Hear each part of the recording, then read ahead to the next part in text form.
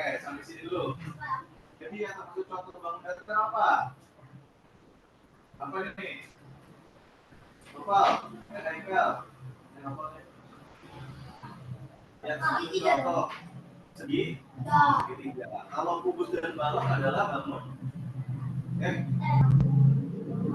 Bangun dua. Kenapa? Karena kubus dan balok memiliki produk. Okay, everyone, can you see my presentation file? Yes. Okay.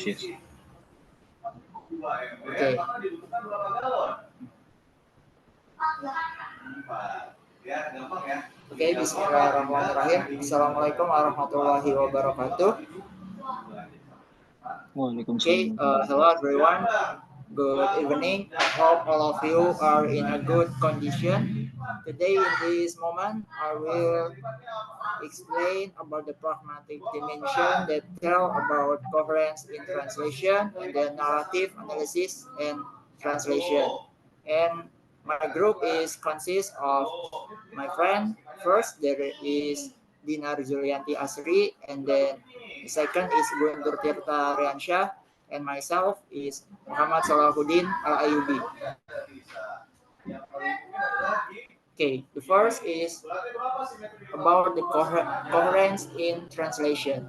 Coherence is understood as the total of the mechanism which state coherence corresponds to the system of explicit and implicit connective elements of the text immanent entity.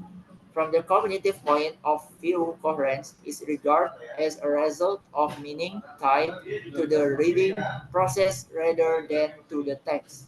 Assigning coherence to the text is determined by whether a user feels to be activated by the text of the text is mutually relevant within the text universe of meaning. In relevance theory, the issue of coherence is more closely concerned with the participants in the communication process when reading a text which exists between the units of meaning activated at the moment and thus activated earlier in the discourse through treatment of relevant coherence theory. And the second is types of coherence. First, there is local coherence. Traditionally, authors assume the job of relating to paragraphs. The basic tool is the order of the sections. By using a consistent vocabulary and a recognizable style, the authors can support the users at following their train of thought and at building up coherence by themselves. Second, global coherence. Clues for global coherence of a linear text can be found in the way the text is presented. The knowledge in learning a text is an indication of its context.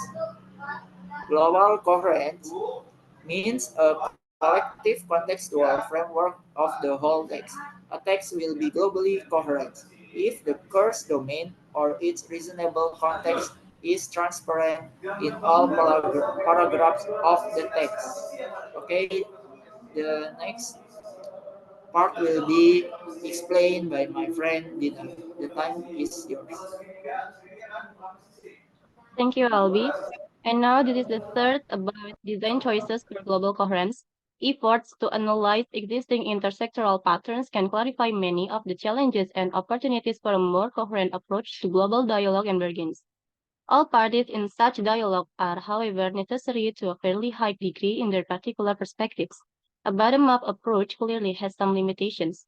It would therefore also seem appropriate to take a complementary top-down approach by looking to ways of representing the desired qualities of coherence and sustainability in ideal models of intersectoral dialogue, as the global pattern provided the diversity of sectors in duly respected. Next. Now we're going to talking about narrative analysis in translation. Narrative analysis is a genre of analytic frames whereby researchers interpret stories that are told within the context of research and are shared in everyday life. Scholars who conduct this type of analysis make diverse yet equally substantial and meaningful interpretation and conclusions by focusing on different elements. And the next will be read by Tirta. Time is yours, Tirta. Thank you so much, Dinar. I will explain about features of narrative. The first one is relationality.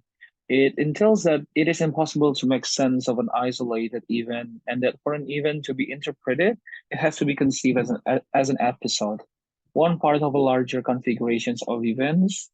Narrativity demands that we discern the meaning of any single event only in temporal and spatial relationship to other events, and renders understanding only by connecting parts to a constructed configuration or a social network composed of symbolic, institutional, and material practices.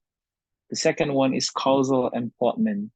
While relationality means that every event has to be interpreted with a larger configuration of events, causal emplotment gives significance to independent instances and overrides their chronological or categorical order. It is it is causal emplotment that allows us to make moral sense of events because it enables us to account for why things happen the way a given narrative suggests they happen. And the third one is selective appropriation.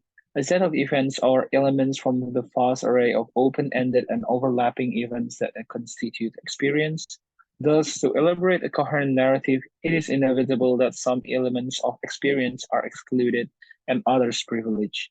Ultimately, it is this feature of narrative accrual that enables the spread of meta or master narratives of progress, enlightenment, global terror, Western democracy, and etc. The fourth one is temporality. As a theoretical term, refers to the study and analysis of time as a fundamental dimension of human experience and existence. The process of repeated exposure to a narrative or set of narratives leading to the shaping of a culture, tradition, or history. And last but not least, the conclusions are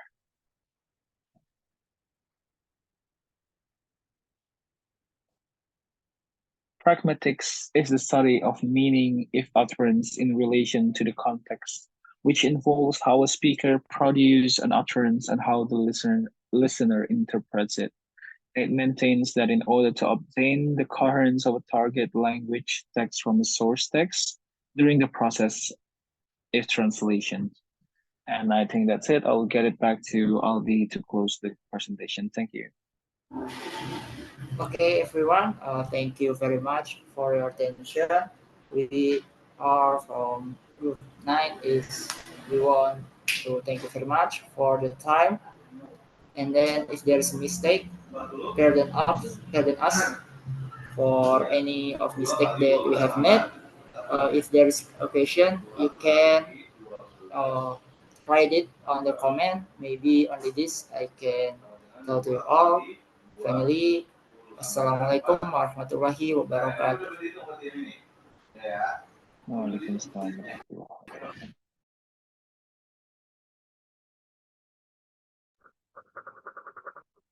Udah.